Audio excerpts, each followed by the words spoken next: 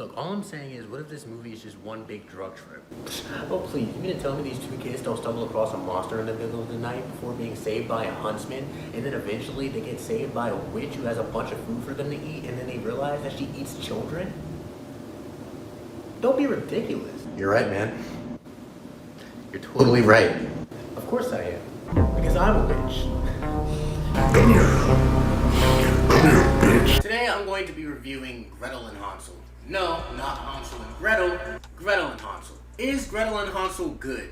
Well, I went to the movie theaters yesterday to go watch it, and I have to say, it's really good. I definitely recommend that you go watch this movie. Also, make sure to drop a like and subscribe on this video if you're new. I appreciate all the support we've been getting on our I'm Not Okay With This videos, and I figured that since Sophia Lillis is in this movie as Gretel, that I might as well go ahead and review it. I'm gonna keep this review short and sweet, mostly because I already recorded this review and it freaking crashed. So, yeah. I'm kind of mad. So yeah, I'm just gonna keep it nice and simple. Talk about the things that I love about the movie. Talk about the things that are alright.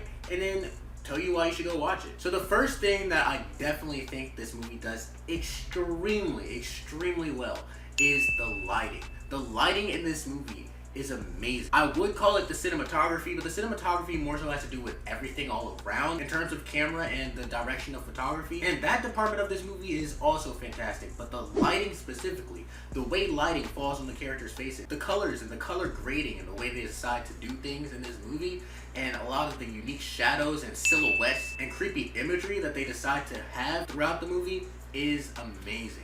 I have to say that is definitely the strongest part of this movie, and that does not defeat the story or anything else in this movie either, because those parts are also great as well. But the lighting, I just have to say, it is amazing, and it definitely deserves to be talked about first and foremost. Whoever did the lighting on this movie, props to you. You did amazing, my mans. One might say you have a pretty bright mind. Now, besides lighting, I'd say the next best thing done well in this movie, extremely well, is the soundtrack. The soundtrack in this movie is phenomenal. I love the music. It has a really 80s synth feel, and if you're like me and you love Stranger Things, then you're gonna love the music in this movie, especially if you love the music in Stranger Things. It's kind of like a mix between the synth music heard in Stranger Things, and a little bit of it reminds me of Watchmen, the new TV series. The music in Watchmen, if it had a baby with the Stranger Things music, with a little bit of it thrown in there and some of its own uniqueness.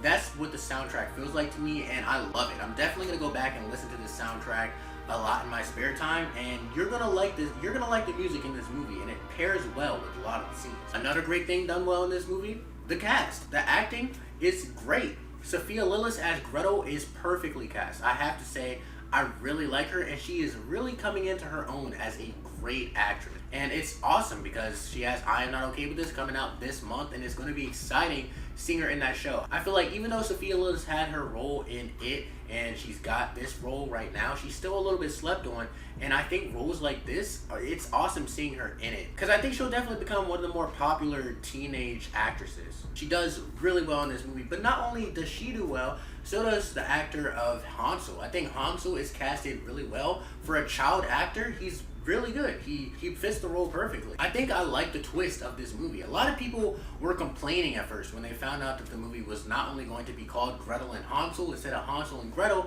but that Gretel would be the older one and that she'd kind of be the one leading them around. But when you see this movie, you will understand what I mean when I say that it fits a lot better for a horror movie like this one. I think the fact that Gretel is the older one kind of makes it a lot scarier. The fact that, you know, they're out here in these woods, like the environment and the atmosphere that the people who worked on this movie managed to create is really well done. They managed to make you feel like you're really out there alone in these dark, creepy woods with these characters in a world that's not entirely regular.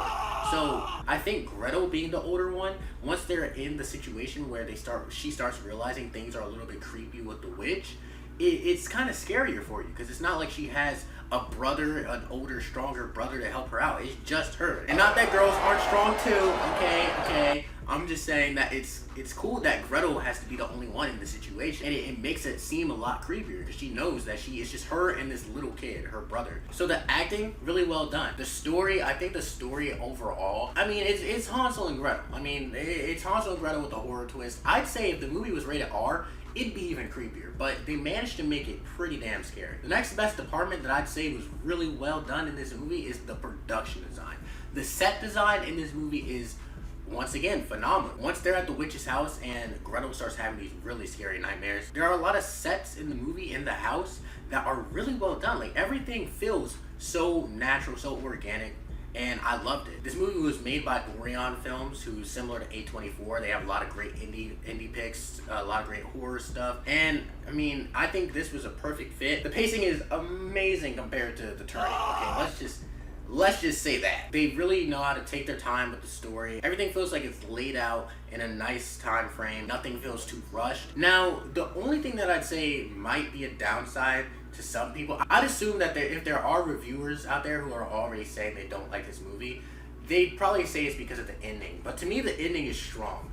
Definitely a lot stronger than The Turn. The ending works for me, honestly. I feel like the only problem with the ending is that it may feel a little bit rushed to some people, but it's not like super rushed. I'd say that if you've seen A Quiet Place, for instance, and you know how that ending feels like it happens just a little bit too quick, then I'd say this is a good comparison to that. Like, not that it's like The Turning and everything just ends automatically and you're like sitting there like, what the hell? But it does kind of happen a little faster than you'd think. And that's why I compare it to a movie like A Quiet Place. But the movie still feels really long. You still get a great experience, and everything is still satisfactory in the end to me.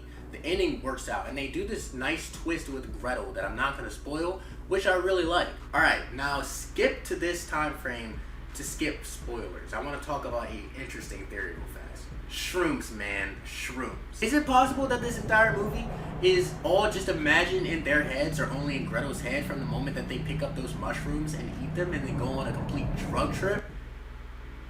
I don't know, man. Maybe. That would be a pretty interesting twist, and I'm glad they didn't decide to, do that at the end and make it clear if that were the case. Like, I was thinking throughout the movie, I was like, what if in the end it all rewinds and she's just sitting back there in the woods with Hansel, and it turns out that all of that was just a drug trip?